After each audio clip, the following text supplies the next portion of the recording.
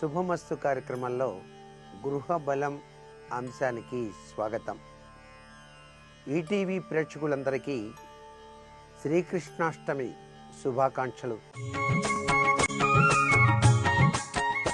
గృహవాస్తులో ఈరోజు కృష్ణ పరమాత్మ యొక్క దివ్యమంగళ విగ్రహాన్ని ఆవు పాలతో అభిషేకం చేసి ఆ పరమాత్మ లీలా వినోద విన్యాస తత్వాలన్నింటినీ కూడా ఆకళింపు చేసుకుంటూ ఆ స్వామికి ప్రీతివంతమైనటువంటి తులసి దళాలతో అర్చన కావించి చక్కగా తులసి మాలను స్వామివారికి అర్పితం చేసి ఆ స్వామికి శరణాగతి గనక సమర్పించినట్లయితే ఆ కుటుంబంలో ఉన్న ఆ గృహంలోని అందరికీ కూడా సర్వవిధ శ్రేయోవంతమైనటువంటి ప్రభావాన్ని స్వామివారు ప్రసాదిస్తాడు.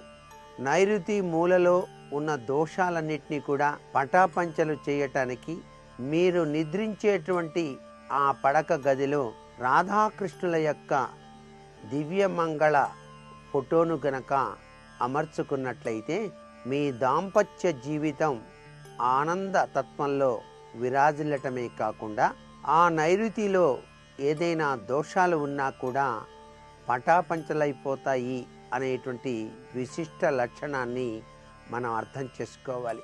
మీ ఇంటి లోపలికి అడుగు పెట్టగానే గోవుతో కూడినటువంటి కృష్ణ పరమాత్మ యొక్క ఫోటోను అలా తూర్పు లేక ఉత్తర లేక పడమర గోడలకు తగిలించి ఉన్నట్లయితే ఆ ఇంట గోవిందనామంలో దాగిన పరమార్థ లక్షణ తత్వమంతా కూడా విరాజిల్లుతూ పాజిటివ్ పవర్స్ అంటే ఒక దేదీప్యవంతమైనటువంటి అనుకూల శక్తి పుంజాలు వాతావరణ తత్వాన్ని ఆ గృహంలో ప్రసాదింపచేస్తాయి. కృష్ణ భగవాన్ని యొక్క నెమలి పించం మీ యొక్క పడక గదిలో ఈశాన్య మూల ఉన్నటువంటి గోడకు కనుక అలా తగిలించినట్లయితే దుష్ట శక్తుల ప్రభావం నుంచి, పీడకలల ప్రభావం నుంచి, భయకంపిత లక్షణాల నుంచి మీరు బయల్పడటానికి ఆస్కారం ఎంతగానో ఉంటుంది కదా. పిల్లన గ్రోవులు ఆ స్వామికి చాలా ఇష్టం. ఆ పిల్లన గ్రోవి యొక్క వేణునాద శైలి అత్యంత విశిష్టవంతమైన ప్రభావాన్ని మన గృహానికి కూడా ప్రసాదింపచేయబడుతుంది. చాలామంది తమ ఇళ్లలో ఎత్తైనటువంటి చక్కటి ఆ గోపాలకృష్ణుని యొక్క బొమ్మను షోకేసుల్లో కానీ లేక గదులలో ఒక మూల కానీ ఉంచుకొని అందంగా అమర్చుకునేటువంటి విధి విధానం కూడా ఉంది కదా. అలా షోకేసుల్లో కానీ లేక ఇంటి ప్రాంగణంలో కానీ ఆ గోవిందుని యొక్క విగ్రహాన్ని ఉంచుకోవటంలో తప్పు లేదు. కృష్ణాష్టమి పర్వదినాన చిన్ని కృష్ణుడు తమ ఇంటిలోనికి ప్రవేశిస్తూ ఉన్నట్టుగా ఆ యొక్క ద్వారబంధం దగ్గర నుండి, ఇంటి ద్వారబంధం దగ్గర నుంచి మీ పూజా మందిరం వరకు కూడాను చిన్ని కృష్ణుని పాదాలను చక్కగా ఆ యొక్క అడుగుల సవ్వడితో స్వామివారు ప్రవేశిస్తున్నట్టుగా అలంకరించేటువంటి లక్షణం వల్ల మీ ఇంటిలోనికి ఆ గోపాల గోవిందుడు ప్రవేశించినట్టుగా మీరు ఆనందతత్వాన్ని పొందవచ్చు ఈ పవిత్ర పండుగ నాడు.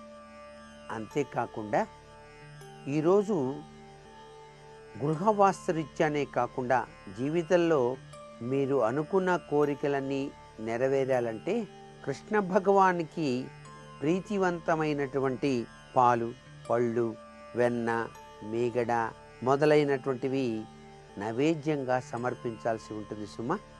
అయితే మనకి స్కాంద పురాణంలో ఒక చక్కటి విషయాన్ని కూడా గృహవాస్తురీత్యా కూడా చెప్పారు. ఈ రోజున చంద్రునికి అర్ఘ్యం ఇవ్వాలిట. ఆ చంద్రభగవానికి ఎట్లా అర్ఘ్యం ఇవ్వాలి? బంగారంతో కానీ వెండితో కానీ చంద్రబింబాన్ని తయారు చేసి వెండి బంగారు పాత్రలలో దాన్ని ఉంచి పూజించి అర్ఘ్యం ఇవ్వాలి. ఇలా గనక చేస్తే మీలో ఉన్నటువంటి సమస్త కోరికలన్నిటినీ కూడాను ఆ కృష్ణ పరమాత్మ తీరుస్తాడు. పరమాత్మ లక్షణంలో దాగిన అత్యంత విశిష్ట తత్వం మన కోరికలన్నిటినీ కూడాను తప్పనిసరిగా తీరుస్తుంది అనేటువంటి లక్షణాన్ని కూడా ఈ కృష్ణాష్టమి నాడు ప్రతి ఒక్కరూ కూడా గుర్తుపెట్టుకోవాలి. కృష్ణాష్టమి నాడు కృష్ణలీలా ఘట్టాల్ని మీ ఇంట్లో గనక 10 మందికి గనక వినిపించినట్లయితే చక్కటి అతీంద్రవంతమైనటువంటి భావనా పరంపర మీ గృహం యావత్తూ కూడాను విరాజిల్లుతూ ఉంటుంది. విష్ణు సహస్రనామం పారాయణ, కృష్ణ పరమాత్మకు సంబంధించిన లీలా వినోద తత్వాలు, నెమలి పించాలకి గృహ వాస్తుకి అకుంఠితమైన అవినాభావ సంబంధం ఉంది.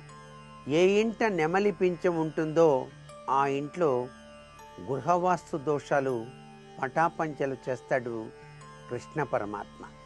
అలాగే పరమాత్మ తన దివ్యవంతమైనటువంటి చూపులతో, దివ్యవంతమైనటువంటి మనోభావాలతో సర్వజనావళిని కూడా రక్షిస్తాడు.